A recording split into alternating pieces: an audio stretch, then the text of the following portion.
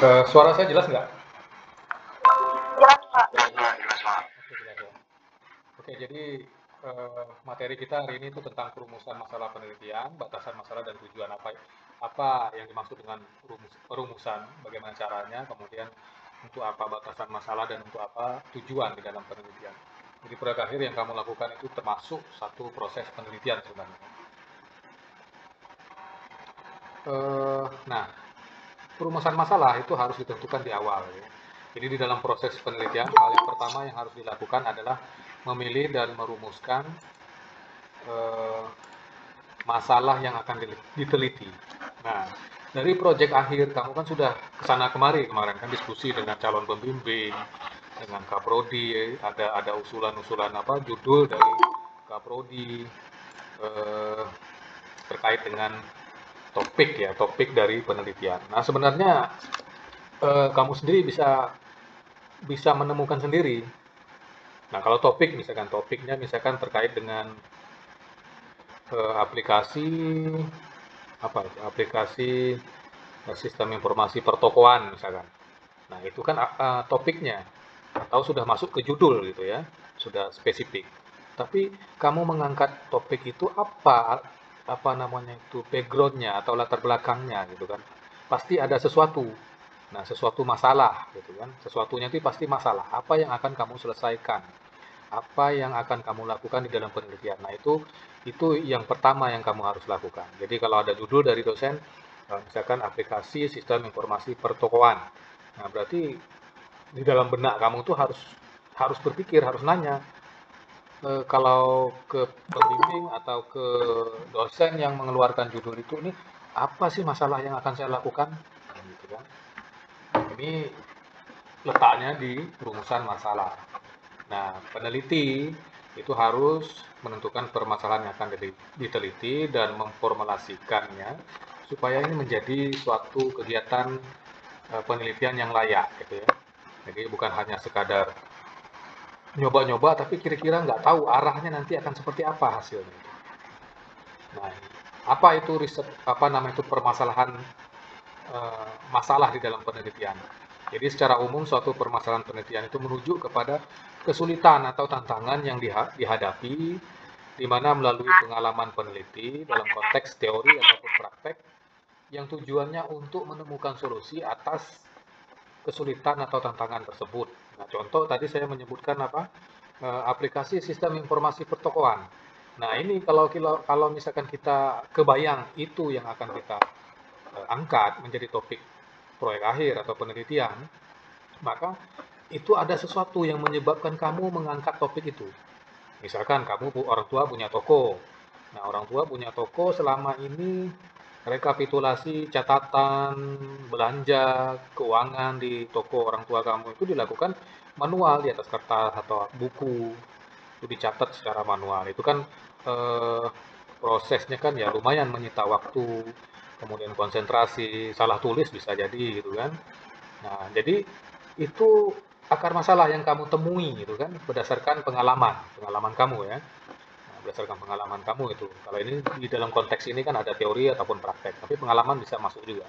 Jadi di dalam pengalaman berdasarkan pengalaman yang kamu amati dari toko orang tua kamu, oh ini berarti ini masalah, masalah sehingga kamu mengangkatlah masalah ini untuk diselesaikan, untuk dicari solusinya seperti apa.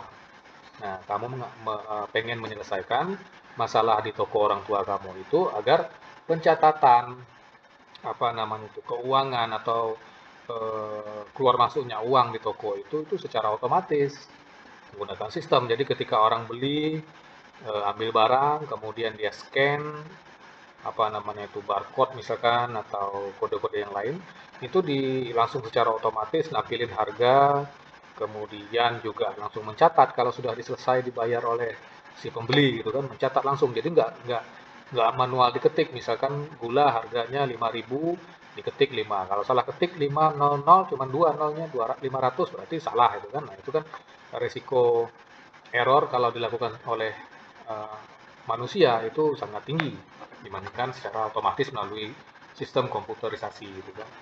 Nah, jadi secara umum permasalahan peneliti itu merujuk kepada masalah yang ada di lingkungan kita, ataupun masalah yang ada setelah kamu mempelajari teori, kamu melakukan praktek. Ini kayaknya masalah ada sesuatu yang harus diselesaikan. Nah, sehingga masalah yang kamu hadapi itu diangkat dan perlu dirumuskan. Dirumuskan itu artinya ya ditulis, bukan hanya oh ini masalahnya, tapi gimana. Nah, ini nanti kita lihat ya. Nah, kondisi permasalahan penelitian itu dapat ditentukan berdasarkan individu atau perorangan seperti kamu tadi, atau kelompok. Ya. Kelompok itu ya kamu dan teman-teman ini mencoba mencari solusi terhadap suatu persoalan yang ada. Nah, ini kamu bisa berkelompok gitu ya. Nah, kemudian dari itu tadi, dari permasalahan yang ada itu ada sesuatu yang ingin kamu capaikan. Contoh tadi ya, toko. Sistem pencatatan keuangan toko, orang tua. Nah, berarti kamu ada satu tujuan yang ingin kamu capai agar orang tua kamu itu tidak perlu eh, menggunakan tenaga untuk apa namanya itu tenaga keuangan yang mencatat secara manual gitu ya. Dan itu tujuan kamu untuk menjamin ke apa namanya itu ya akuntabilitas laporan keuangan di toko orang tua seperti itu kan. Jadi nggak kalau secara otomatis atau sistem pencatatan keuangannya tentu eh, akan apa namanya itu tingkat errornya akan minimal gitu kan. Jadi ya akuntabel lah intinya. Kemudian memiliki alternatif untuk mencapai tujuan. Nah, ini maksudnya kalau kamu sudah menentukan permasalahannya A, kamu kan tentu sudah membayangkan kira-kira nanti alternatif untuk mencapai tujuan itu seperti apa, metodenya ya, metodenya. Pertama kamu harus lakukan langkah A, langkah B, langkah C, langkah D. Nah, tetapi tidak hanya A, B, C, D yang sudah kamu tentukan. Seandainya dalam implementasi nanti B itu sulit dilaksanakan, maka kamu harus punya alternatif. Misalkan kamu ganti X, nah seperti itu. Nah itu, jadi permasalahan yang kamu angkat itu harus jelas ya, harus jelas. Ini memang cara mencapainya itu ada gitu ya. Jangan sesuatu yang sulit. Tujuan kamu mau terbang ke bulan, tetapi caranya nggak tahu gitu kan. Nah itu nggak bisa. Artinya nggak akan tercapai. Nanti akan dilihat apa namanya itu pertimbangan-pertimbangan bagaimana mencapai itu juga pertimbangkan adalah waktu, kemudian keahlian kamu, kemudian peralatan yang kita punya. Jadi kalau kamu mau terbang ke bulan, sementara kamu nggak ada keahlian di situ, ya nggak mungkin gitu kan. Nah, jadi permasalahan itu harus real, yang sesuai dengan kondisi yang kita miliki saat ini.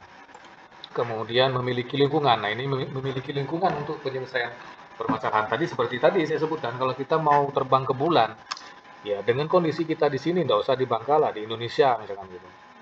Kan sulit ini kita mewujudkan. Kita nggak ada lingkungan apa namanya itu lab untuk uji coba roket, misalkan seperti yang dilakukan oleh Elon Musk. Nah, itu kan sulit. Nah, ini yang dimaksud dengan lingkungan untuk penyelesaian permasalahan itu seperti itu, ya, lab, fasilitas. Mungkin kalau kita hubungannya ke tadi sistem aplikasi pertokoan berarti lingkungan pertokoan itu harus ada. Nggak bisa kamu ngarang-ngarang gitu kan. Ah ini pura-pura jadi toko gitu kan nggak bisa. Jadi kita harus real. Tokonya memang harus ada, bukan walaupun bukan punya kita, tetapi ada orang yang bisa kita ajak kerjasama gitu ya. Misalkan orang tua punya toko, artinya sistemnya itu kan kita bisa tanya, ini Bu bagaimana cara uangnya masuk, catatnya bagaimana, kemudian kalau ada uang keluar bagaimana nyatatnya, itu kan mesti kamu diskusikan dengan si pemilik toko itu kan, artinya lingkungannya itu ada. Nah, ya. Jadi dari pertama itu kita tentukan itu bisa melalui secara individu masalahnya kamu angkat atau kamu secara kelompok. Kemudian tujuannya harus jelas. Kemudian untuk mencapai tujuan harus ada alternatif. Nggak bisa tujuannya cuma itu aja langkahnya. A, B, C, D. Tahu-tahu di C itu tidak mungkin. Maka kamu harus punya pilihan lain. Kemudian lingkungan untuk penyelesaian masalah itu harus ada. Ya. Nah, kita lanjutkan ke slide berikut. Ini fungsi permasalahan. Jadi fungsi permasalahan itu untuk menjelaskan situasi dan kondisi yang melatar belakangi terjadinya masalah. Nah, kamu kan sudah presentasi kemarin proposal proyek akhir. Proposal proyek akhir sudah kamu presentasikan, tentunya kamu sudah menyampaikan kepada di hadapan penguji kemarin kan, depan penguji dan pembimbing, oh ini masalahnya ini, berarti latar belakangnya jelas gitu kan. Seperti tadi toko, pertokoan, sistem apa namanya itu aplikasi sistem informasi pertokoan misalnya. Nah, latar belakangnya apa? Ya ini pertama yang tadi kan orang tuanya sulit, keuangan, akuntabilitasnya tidak baik gitu kan. Nah, itu diangkat semua, diceritakan. Kemudian menguraikan kesenjangan antara harapan dengan kenyataan, teori dengan praktek, rencana dengan pelaksanaan, dan yang lainnya gitu ya. Nah, jadi secara teori itu begini misalkan, tetapi secara praktek ini berarti ada sesuatu yang senjang gitu. Ada gap, ada gap. Nah, ini kalau yang sudah berbicara dengan mengenai gap eh, artinya kamu harus banyak banyak mencari referensi, banyak mencari referensi. Contohnya misalkan image processing. Image processing teorinya begini. Setelah dipraktekkan ternyata begini sulit. Oh, ternyata ada sesuatu yang mesti kita selesaikan. Nah, contohnya seperti itu ya. Menceritakan apa yang mendorong seorang peneliti untuk melakukan penelitian terhadap suatu permasalahan. Ya, seperti tadi aplikasi sistem informasi pertokoan. Itu didorong oleh keinginan kamu untuk membantu orang tua yang punya toko atau teman yang punya toko untuk membantu mereka menyelesaikan masalah pencatatan keuangan misalkan. Nah, itu kan ada sesuatu yang mendorong, yang melatar belakangi. Kemudian menjelaskan alasan penting dan bagaimana menariknya masalah ini untuk diteliti dalam jangkauan kemampuan. Nah, ini ya, kemampuan kamu. Tadi seperti saya bilang kalau kita mau terbang ke bulan, kita nggak punya ilmu itu. Jadi kemampuan kita nggak ada, jadi nggak mungkin itu diangkat. Jadi yang apa namanya itu masalah yang diangkat adalah memang yang sebatas kemampuan kita, baik dari sisi akademik, kemudian biaya. Nah, ini SDM tenaga ya. Kalau apakah ini bisa saya selesaikan sendiri? Apa saya perlu 2 atau 3 teman gitu kan? Apakah tenaga yang kita butuhkan juga mesti melibatkan orang-orang dari program studi lain misalkan? Apakah dari mesin? Nah, misalkan kamu membuat suatu sistem otomatis misalkan, kamu aplikasinya kamu bisa buat, tetapi dari permesinannya nggak bisa, berarti butuh orang mesin. Nah, kemudian di mesin itu perlu ada proses apa namanya itu pergerakan atau apa. Oh, berarti ini butuh kontrol. Berarti kontrol ini orang elektronik. Nah, yang seperti itu mesti dipertimbangkan ya. Pertimbangkan menjadi masalah. Kalau itu tidak mungkin, maka tidak usah diangkat. Cari masalah yang lain. Nah, waktu juga, waktu. Nah, kamu di dalam proyek akhir ini mesti ingat ya, waktu kamu itu nanti ini semester 6. Nah, semester 7 itu kamu sudah harus selesai itu ya. Untuk kurikulum yang sekarang, kamu itu kan semester 7 itu proyek apa namanya itu? Proyek akhir, kemudian magangnya semester 8 ya. Nanti kecuali nanti yang angkatan baru yang baru masuk ke depan ini itu nanti akan diubah itu ya. Nah, tapi kamu yang sudah ada, kamu yang tingkat 2, yang tingkat 1 sekarang ini masih mengikuti jadwal yang lama. Nah, ini harus diperhatikan. Proyek akhir kamu itu semester 6, 7. 7 itu kamu sudah harus sidang. Ya. Artinya jangan berleha-leha, jangan bersantai-santai saat ini. Proposal kamu sudah disetujui misalnya. Maka kamu harus segera menyelesaikan. Saya nggak tahu ini Kaprodi sudah menyampaikan atau belum, tapi saya sudah minta bahwa output dari semester 6 ini, dari proyek akhir kamu itu sudah harus sampai ke bab 3 ya, nanti metode penelitian. Metode pelaksanaan ya, kalau nggak salah di dalam panduan itu, metode pelaksanaan. Nah, jadi sudah harus tertulis itu untuk nilai proyek akhir di semester ini. Nah, itu jangan dianggap santai ya, sekarang kamu ada waktu, silakan dimulai. Konsultasi terus dengan pembimbing. Nah, yang belum kemarin ada yang gagal atau apa, silakan segera itu harus diselesaikan. Kalau enggak, kamu telat nanti tertunda, nanti nggak ada nilai di semester ini proyek akhirnya gimana? Ya. Nah, waktu itu sangat penting. Perkirakan waktunya ini sampai kapan. Kalau masalahnya begini, kira-kira selesai nggak? Nah, seperti itu ya.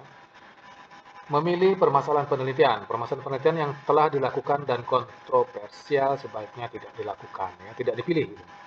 Nah, permasalahan yang kontroversial ya di masyarakat terkait apa, misalkan COVID, misalkan banyak sesuatu yang kontroversi, yang ini nggak usah diangkat itu kan daripada kamu nggak bisa menyelesaikannya. Jadi permasalahan penelitian ini eh, kelihatannya gampang gitu ya, tapi gampang-gampang susah gitu ya. Gampang-gampang susahnya itu ya, kita harus tahu ini bisa dilakukan, kita harus tahu bahwa ini kalau saya survei, kalau saya lakukan kuesioner, ini akan membuat keributan di masyarakat misalkan seperti itu. Nah, ini sebaiknya kita pikirkan di awal. Nah, kalau ini sudah selesai semua, lanjutannya itu gampang. Gampang itu dalam artian kita bisa mengukur, ini akan selesai bulan ini, biaya yang saya butuhkan akan sekian, seperti itu. Saya mesti melakukan perjalanan ke daerah sini, daerah situ misalkan. Tapi kalau sesuatunya tidak jelas, permasalahan yang tidak jelas, maka itu akan sulit kita definisikan. Nah, permasalahan penelitian yang sempit dan samar juga harus dihindari ya. Sempit itu artinya topiknya sudah fokus sekali, gitu ya. Atau topiknya itu nggak jelas. Kamu ini mau ngapain, gitu kan? Misalkan, eh, kamu mengangkat permasalahan, kenapa produktivitas di Indonesia ini kurang? Nah, ini kan samar sebenarnya. Produktivitas orang Indonesia kurang, gitu. Misalkan kamu mengangkat permasalahan seperti itu. Kenapa? Nah, ini samar ini. Samarnya dalam artian apa? Ya, produktivitas apa? Orang Indonesia yang mana? Gitu kan jelas, harus jelas itu. Tidak bisa kamu angkat yang samar-samar seperti itu. Ketika samar-samar seperti itu, maka penyelesaiannya juga nggak jelas. Itu bisa jadi bahan pertanyaan orang, dan ketika didiseminasikan itu akan ribut nanti, akan gagal ya. Permasalahan yang dipilih harus baik dan layak ya. Ini kurang kata-katanya. Permasalahan yang dipilih harus baik dan layak. Kemudian penting. Nah, ini pentingnya subjek penelitian ya, dari sisi esensinya ya. Jadi subjek penelitiannya itu esensinya, misalkan tadi aplikasi keuangan misalkan gitu ya. Nah, dari sisi esensinya, kemudian urgensinya, kemudian kemanfaatannya. Nah, ini harus diperhatikan ya. Dari sisi esensi, urgensi, kemanfaatan, kualifikasi dan kompetensi peneliti, kita sendiri, kamu sendiri. Nah, kompetensinya seperti apa? Kalau bukan bidang robotik ya jangan ngambil robotik gitu ya. Kemudian biaya. Nah, berapa biaya untuk menyelesaikan roket misalkan gitu. Nah, itu harus, kalau kira-kira nggak mampu, butuh 1 triliun, ya nggak usah diusulin. Nggak akan ada yang membiayai itu gitu ya. Kemudian waktu. Nah, waktu kamu ini berapa? Kalau 1 semester, 2 semester, ya nggak usah yang masalah yang luas yang kamu selesaikan. Ya. Nah, ini adalah kriteria dalam penentuan masalah, penentuan ya.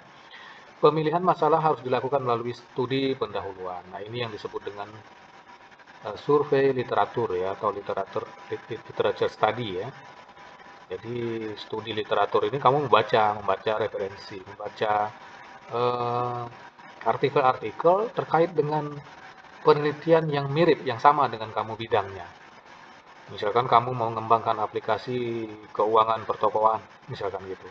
Nah, orang-orang itu kan pasti sudah pernah mengembangkan, seperti toko-toko yang ada di pasaran, Indomart gitu kan, apalagi toko-toko yang itu kan sudah melakukan itu, sudah punya sistem seperti itu kan. Nah, tentunya itu ada orang yang mengembangkan. Nah, apakah itu ada di dalam apa nama itu referensi? Kalau ada ya dibaca. Nah, itu yang dijadikan eh, apa namanya itu bahan untuk kita memilih masalah yang akan kita angkat. Kemudian pengelompokan permasalahan ini ada 3 itu ya. Jadi permasalahan deskriptif, komparatif, dan korelatif. Nah, ini kalau kita lihat apa itu permasalahan deskriptif. Permasalahan deskriptif itu untuk mengetahui status variabel dan mendeskripsikan fenomena yang ada tersebut, sehingga lahirlah penelitian deskriptif, penelitian historis dan filosofis. Jadi deskriptif ini deskripsi ini describe. Describe ini menjabarkan, menguraikan, menjelaskan gitu ya. Nah, jadi kalau ini begini, oh ini begitu-begitu dengan hasil data tentunya ya, bukan hanya berdasarkan persepsi kamu, tapi berdasarkan data setelah dilakukan survei, dilakukan uji coba, ternyata begini-begini. Jadi kita menjelaskan permasalahan apa nama itu subjek yang kita teliti itu kita jelaskan. Jika ada dampak, jika kita beri variabel ini, parameter ini kita atur begini, maka konsekuensi terhadap output dari sistem akan begini. Misalkan ruangan ini saya panaskan, maka konsekuensinya output suhu di dalam ruangan ini akan begini begitu, misalkan seperti itu. Nah, itu deskriptif ya. Jadi kita menjelaskan berdasarkan hasil uji coba, hasil survei, hasil dari data-data uji coba yang kita dapat. Kemudian komparatif ya. Komparatif ini permasalahan untuk membandingkan. Jadi variabel, misalkan di suatu daerah Babel, Bangka dan daerah di Jawa itu bisa jadi berbeda dari sisi apa? Contohnya gini, kenapa bambu yang ada di Bangka tidak sekuat bambu yang ada di Jawa? Nah itu kan, itu berarti variabelnya apa yang akan kita, apakah kadar keasaman tanah atau suhu atau kelembaban. Nah, itu fenomena-fenomena itu bisa jadi variabel yang akan kita teliti. Nah, dari situ permasalahan yang kita dapat atau yang akan kita usulkan adalah bersifat komparasi, pembandingan, ya. Sehingga kita tahu untuk mendapatkan bambu yang kuat berarti harus seperti ini tanahnya, suhunya harus begini, tingkat keasamannya begini, misalkan. Nah, itu dapat dapat data itu dari mana ya? Dari hasil penelitian, pengujian, gitu ya. Kemudian permasalahan yang bersifat korelasi atau asosiasi, gitu ya, untuk mencari hubungan antara dua variabel. Ya, korelasi ini mencari hubungan. Jika variabel ini begini, maka outputnya akan seperti apa? Seperti itu. Jadi korelasinya, ya, kita ambil korelasinya. Ini permasalahan yang akan diangkat. Misalkan, apakah dampaknya, apakah ada dampak terhadap apa namanya itu, pemberian vaksin yang saat ini 2 kali menjadi 4 kali, menjadi 6 kali. Nah, misalkan seperti itu. Apa ada nggak korelasi? Nah, itu kan pertanyaan, permasalahan. Diangkat. Setelah diangkat apa? Dilakukan uji coba, dilakukan penelitian, dicatat gitu ya. Nah, dari hasil penelitian dari sekian ribu orang maka didapat begini. Itu hasilnya itu akan kelihatan nanti. Ya. Nah, ini sumber-sumber apa ini? Sumber-sumber permasalahan penelitian ya, perumusan permasalahan penelitian itu bisa jadi pengalaman pribadi. Itu setiap orang dapat mengidentifikasi secara unik permasalahan dari pengalaman. Contoh tadi seperti saya sebutkan topik penelitian terkait dengan aplikasi sistem keuangan pertokoan, misalkan gitu. Itu kan kamu dapat dari pengalaman kamu dengan melihat toko orang tua kamu yang pencatatan keuangannya secara manual sehingga tidak tahu kerugiannya berapa, keuntungannya berapa karena nggak jelas pencatatannya kan. Nah, itu pengalaman. Kemudian setiap orang dapat mengidentifikasi, ini 2 kali saya tulis ya. Oh, 2 kali saya copy, sorry. Kemudian sumber kepustakaan ya, sumber kepustakaan saya tercopy 2 kali, sumber kepustakaan. Nah, ini buku teks tadi. Tadi sudah saya sebutkan literatur review ya, studi literatur. Nah, bisa jadi buku, bisa jadi jurnal, laporan penelitian, buku teks, laporan penelitian, laporan proyek akhir, atau laporan apa itu PKM, apa program kreativitas mahasiswa boleh. Yang laporannya ya, yang laporan sudah selesai, bukan proposalnya. Kemudian forum conference gitu ya, atau diskusi ilmiah dari pakar ya. Nah, ini bisa dijadikan forum pertemuan ilmiah. Forum pertemuan ilmiah itu konferensi misalnya.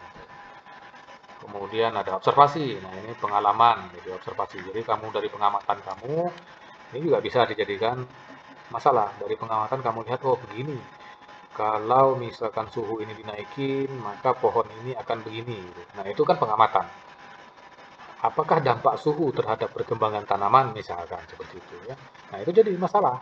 Nah, masalah itu diangkat. Tapi kembali lagi jangan terlalu samar, jangan terlalu spesifik ya. Nanti akan sulit. Kemudian perubahan paradigma dalam pendidikan. Nah, ini pendidikan yang selalu berkembang dari masa ke masa, seperti kurikulum, media, metode dapat dijadikan sumber masalah penelitian ya. Ini sesuatu perkembangan bisa dijadikan sumber masalah penelitian.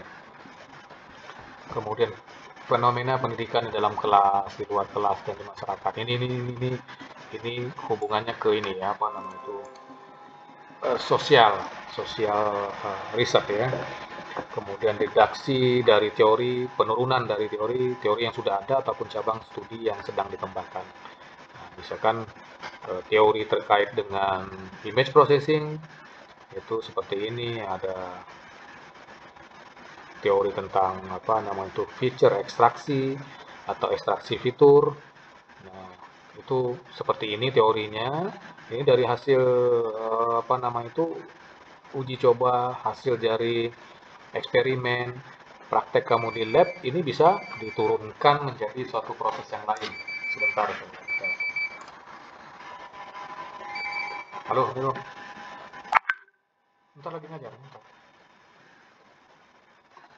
Oke, saya lanjutkan ya. Nah, ciri-ciri dari permasalahan penelitian yang baik itu dia punya kontribusi. Pertama, kontribusi di dalam pengembangan teori misalkan. Dari perbaikan metode boleh. Nah, perbaikan metode aja boleh itu. Misalkan orang di pasar bikin nasi goreng caranya A B C D. Tetapi kamu punya suatu sistem yang sudah kamu lakukan uji coba berkali-kali, orang yang memakannya mengatakan ini enak gitu kan. Nah, berarti kamu buat metode baru. Nah, ini perbaikan metode ya untuk menghasilkan produk nasi goreng yang enak. Nah, itu contoh gitu ya. Kemudian manfaat dan implikasi dari aplikasi yang kamu kembangkan. Nah, manfaatnya ada seperti aplikasi pertokoan tadi, keuangan pertokoan. Itu kan bermanfaat untuk orang tua kamu yang punya toko misalkan atau mitra penelitian kamu. Ada manfaatnya. Kemudian orisinalitas. Orisinalitas ini artinya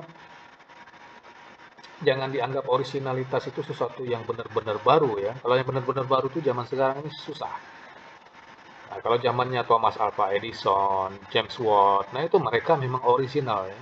Mereka yang orisinal. Tuh, kalau kita sekarang ini sudah mengembangkan. Pengembangan yang dimaksud dengan orisinalitas itu adalah eh, kebaruan baik dari sisi tadi teori, metode ataupun manfaatnya. Ada sesuatu yang baru tetapi tidak menyebabkan perubahan yang sangat besar gitu ya. Kalau sangat besar seperti dulu nggak ada bola lampu, terus ada Thomas Alva Edison, ada lampu listrik, misalkan lampu pijar. Nah, itu memang dari nggak ada menjadi ada.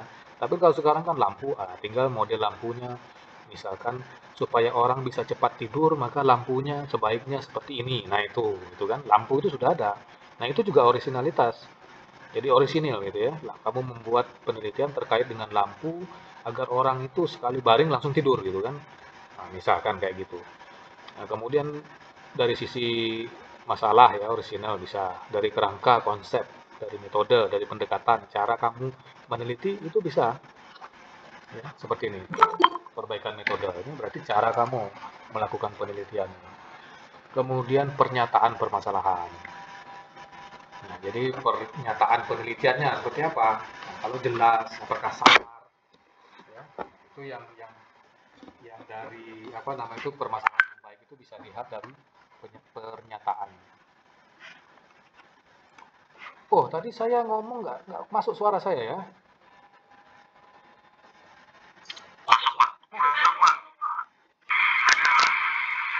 Masuk ya, oke oke. Tadi sampai di mana? Kemudian aspek kelayakan kan ini kelayakan ini jadi penelitian kamu atau proyek akhir kamu itu harus bisa dijawab. Bisa dijawab itu kan gini, jangan sampai nanti proyeknya, topiknya itu di luar kemampuan. Artinya kamu nggak punya kemampuan di situ. Fasilitas yang kita punya dari sisi lab ataupun lapangan itu itu tidak mendukung. Nah, artinya nanti tidak akan ada hasil yang akan didapat. Nah ini ya, artinya tidak layak. Jadi seperti ada yang tidak masuk apa usulannya kemarin itu berarti tidak layak gitu kan. Karena mungkin dari sisi waktu, dari sisi keterampilan, dari sisi fasilitasnya tidak mendukung. Jadi kelayakannya ini mesti diperjelas ya. Oke, tadi itu bagaimana cara kita merumuskan masalah ya. Kamu baca aja ini nanti, kamu baca lagi nanti proposal kamu, lihat apakah proposal kamu kemarin itu sudah memenuhi ciri-ciri masalah yang baik ini. Ya, nanti kamu cek sendiri. Nah, kemudian di dalam penyusunan rumusan masalah itu kan juga ada batasan masalah. Nah, batasan masalah itu apa sebenarnya? Nah, jadi batasan masalah merupakan pembatasan ruang lingkup dari masalah tersebut. Nah, Apa yang menjadi batasannya? Ya, keterbatasan yang dimiliki oleh peneliti. Contohnya tadi, kompetensi misalkan. Kalau kita nggak punya kompetensi di bidang roket, ya nggak usah nggak usah diambil topik itu. Nah, sekarang kalau kita ambil topiknya misalkan tentang robotik ya misalkan kamu RPL, tapi mengambil eh, topik proyek akhir atau risetnya berhubungan dengan robotik. Nah, tapi robotiknya kamu cukup membuat sistem aplikasi untuk pencatatan berapa banyak pengelasan yang sudah dilakukan. Nah, itu bisa. Nah, kamu membuat aplikasinya, tetapi robotiknya teman-teman di elektro dan mesin misalkan yang membuat mesin membuat sistem mekaniknya, di elektro membuat sistem kontrolnya. Nah, kamu aplikasi untuk merecord misalkan robot itu mengelas. Nah, berapa kawat las yang dipakai dalam sehari? Nah, itu kan bisa tercatat. Kalau lasnya habis, nanti sensornya akan memberi informasinya. Kamu cukup mengambil data informasi dari sensor, masukin ke database, catat dari sisi jumlah berapa kali sensor itu memberikan input. Misalkan sensor itu yang mendeteksi kawatnya habis, memberikan sinyal dihitung satu. Nanti kasih sinyal lagi hitung dua, tambah terus sampai sore. Nah, itu. Nah, kamu cukup membatasi. Penelitian kamu tidak membahas tentang pembuatan robot secara mekanik dan elektronik. Nah, itu harus jelas. Kalau enggak, maka batasan masalah kamu itu enggak ada, permasalahannya akan sangat luas. Itu akan ditanya ketika kamu diseminasi atau ketika kamu presentasi. Padahal kamu tidak membahas tentang robotik, kan? Kamu cuma membahas tentang aplikasi pencatatan penggunaan kawat las saja. Nah, itu ya. Jadi batasan masalah itu harus disebutkan dengan jelas. Kemudian kita lanjutkan ke tujuan. Nah, selain dari batasan masalah, di dalam penelitian juga ada tujuan. Kamu kan juga sudah menuliskan tujuan proyek akhir kamu itu apa. Jadi tujuan penelitian adalah suatu pernyataan. Jadi kalau tujuan itu pernyataan, kalau rumusan masalah itu pertanyaan. Nah, tujuan itu pernyataan mengenai apa yang ingin dicapai dari penelitian yang dilakukan. Nah, ini hati-hati di dalam tujuan ini selalu banyak sesuatu yang tidak bisa diukur. Jadi kamu pengen mewujudkan sesuatu yang sulit diukur. Contohnya gini, eh, apa ya? Contohnya, nah membuat suatu sistem untuk mempermudah pekerjaan orang. Nah, mempermudah pekerjaan ini maksudnya apa? Betul, ngerti. Orang-orang kalau disuruh baca ngerti untuk mempermudah gitu ya. Tapi cara mengukur kamu itu juga harus diikut sertakan di dalam metode. Kalau kamu menyebutkan dengan adanya aplikasi ini, maka pekerjaan si ini akan menjadi mudah. Nah, yang kamu maksud dengan mudah itu apa? Nah, itu harus jelas. Mudah itu sulit diukur ya. Sekarang saya mau pergi ke Pangkal Pinang menggunakan sepeda motor. Nah, saya mau menguji kemudahannya menggunakan sepeda motor dan menggunakan mobil misalkan. Nah, yang dikatakan mudah itu apa? Nah, itu harus didefinisikan dulu. Jadi sesuatu yang tidak jelas, yang sulit diukur, itu jangan disebutkan di dalam tujuan penelitian. Kecuali kamu bisa menguraikan cara mengukurnya di dalam nanti metode penelitian. Nah, perlu diperhatikan metode penelitian itu erat kaitannya dengan tujuan ya. Tujuan itu adalah sesuatu yang ingin kita capai. Metode itu cara mencapainya. Hmm? Nah, misalkan saya mau meneliti membuat nasi goreng gitu ya, membuat nasi goreng. Itu tujuan saya. Tujuan saya adalah membuat nasi goreng yang enak. Nah, itu kan enak itu kan sulit itu. Nah, itu tujuan saya. Metodenya gimana? Saya sampaikan di dalam metode penelitian saya. Itu cara membuat nasi goreng. Satu, bumbunya ini langkahnya satu, dua, tiga, empat. Nah, itu langkah membuat nasi gorengnya. Padahal tujuan saya itu membuat nasi goreng yang enak. Nah, enak itu kan orang yang mengatakan. Orang yang memakan nasi goreng kita itu yang mengatakan. Nah, jadi di dalam metodenya kamu mesti sampaikan juga selain dari cara membuat nasi gorengnya, cara menguji supaya orang-orang itu eh, memberikan informasi bahwa nasi goreng yang kita hasilkan itu adalah enak atau tidak gitu ya. Nah, gimana caranya? Ya bisa pakai kuesioner atau kamu lakukan survei, kamu undang 1000 orang untuk memakan nasi goreng yang kamu buat, kemudian tinggalkan kuesioner, suruh mereka mengisi. Nah, itu kan bisa jadi. Nah, kuesioner pun tidak hanya sebatas kuesioner, kamu rekap dari 1000 orang 900 mengatakan enak. Nah, tapi bukan hanya seperti itu ya. Jadi kuesioner kamu pun harus divalidasi. Validasi, jangan sampai nanti 900 orang mengatakan enak, kamu sudah bisa memutuskan bahwa nasi goreng kamu itu enak. Belum tentu. Apakah itu valid? Nah, itu kan harus banyak urusannya ya. Jadi sesuatu yang sulit diukur itu urusannya banyak. Urusannya banyak. Nah, kemudian rumusan masalah ya sudah saya sampaikan tadi, itu menggunakan kalimat pertanyaan. Nah, tadi seperti tadi, pertanyaan misalkan kenapa produktivitas orang Indonesia sangat rendah, misalkan gitu kan ya. Nah, itu pertanyaan yang yang apa? Pertanyaan yang sulit, yang samar, yang tidak jelas produktivitas yang mana gitu kan, orang yang mana. Makanya di dalam kuesioner ketika kamu melakukan pengujian, kalau melibatkan manusia, itu harus ada kode etiknya ya. Kode etik nanti kita pelajari. Nah, itu orang itu harus ada batasannya. Kalau orang umur sekian sampai sekian, itu ada batasannya biasa. Jadi dalam penelitian itu survei untuk lansia umur sekian, misalkan itu. Karena apa? Bisa jadi hasilnya akan berbeda untuk remaja, misalkan seperti itu ya. Ada batasan-batasan umur. Nah, tujuan penelitian harus ada hubungannya dengan rumusan masalah.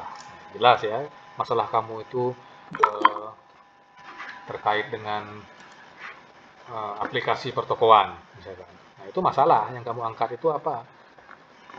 Bagaimana mengembangkan aplikasi pertokoan untuk membuat pencatatan keuangan menjadi akuntabel, misalkan gitu ya. Nah, itu rumusan. Nah, tujuannya apa? Tujuannya adalah membuat aplikasi pertokoan yang akuntabel, misalkan gitu kan. Itu kan searah.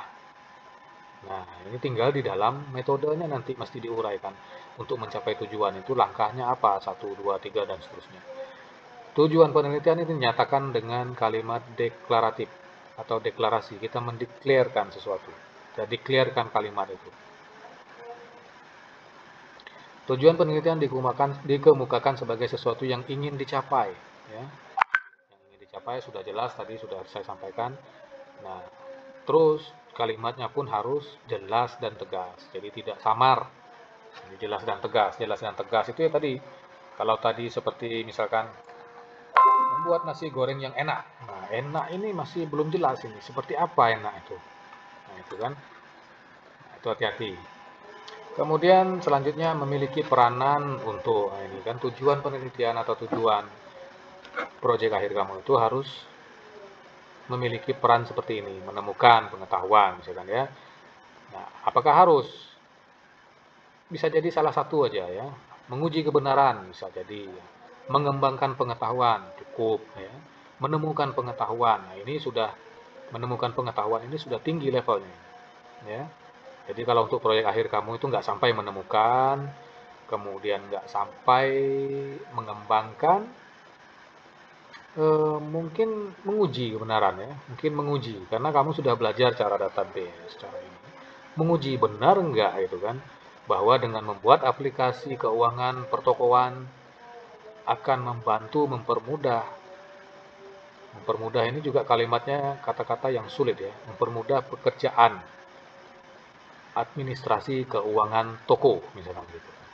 Nah, ketika menyebutkan itu mempermudah, maka yang dikatakan mudah itu harus kamu rincikan di dalam metode bagaimana cara yang dimaksud dengan mudah itu, gitu kan? Cara mencapainya, cara mengukurnya.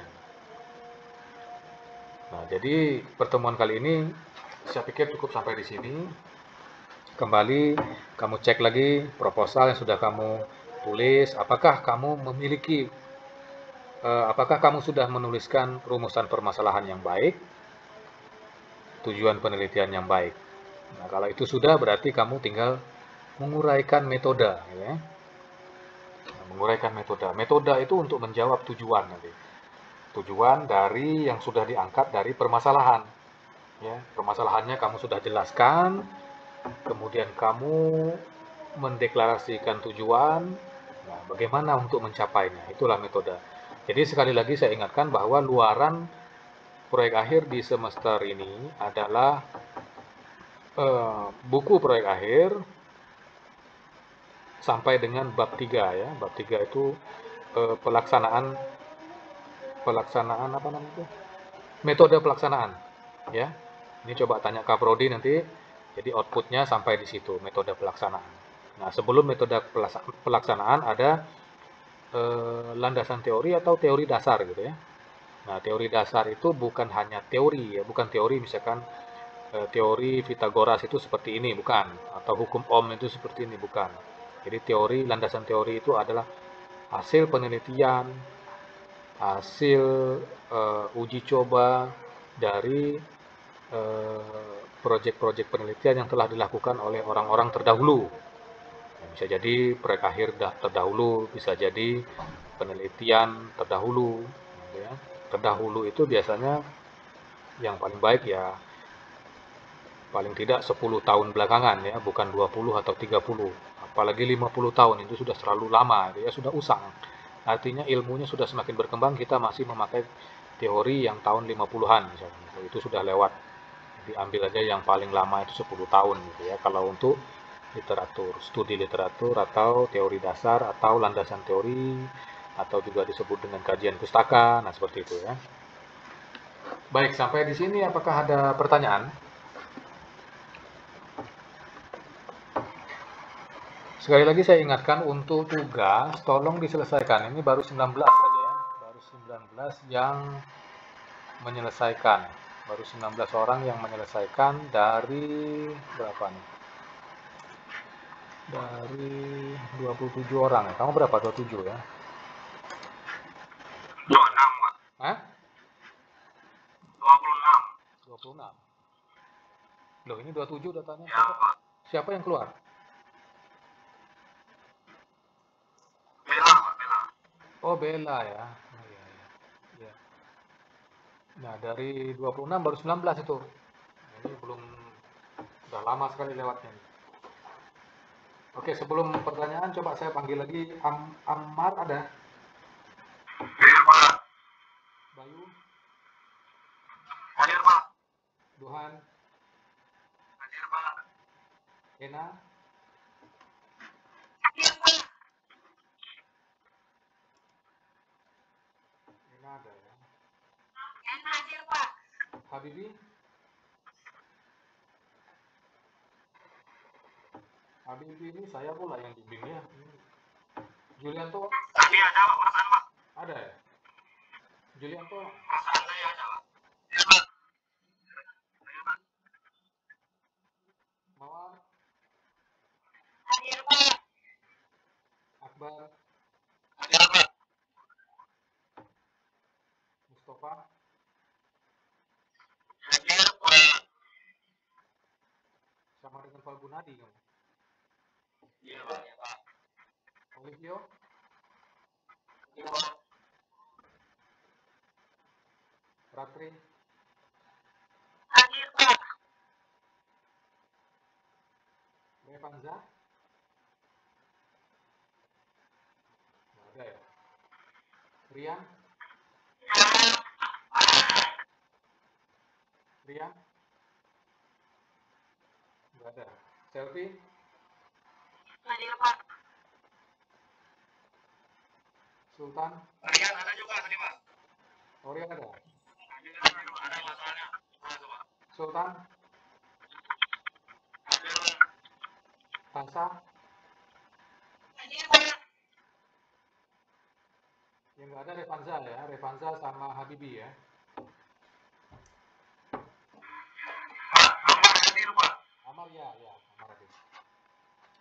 Baik, ada pertanyaan nggak dari ini, dari materi kita hari ini terkait dengan perumusan masalah, kemudian batasan masalah dan tujuan? Ada? Belum, Pak. Belum ya? Sudah sampai di mana progres Progres proyek akhir kamu? Sudah mulai? Belum?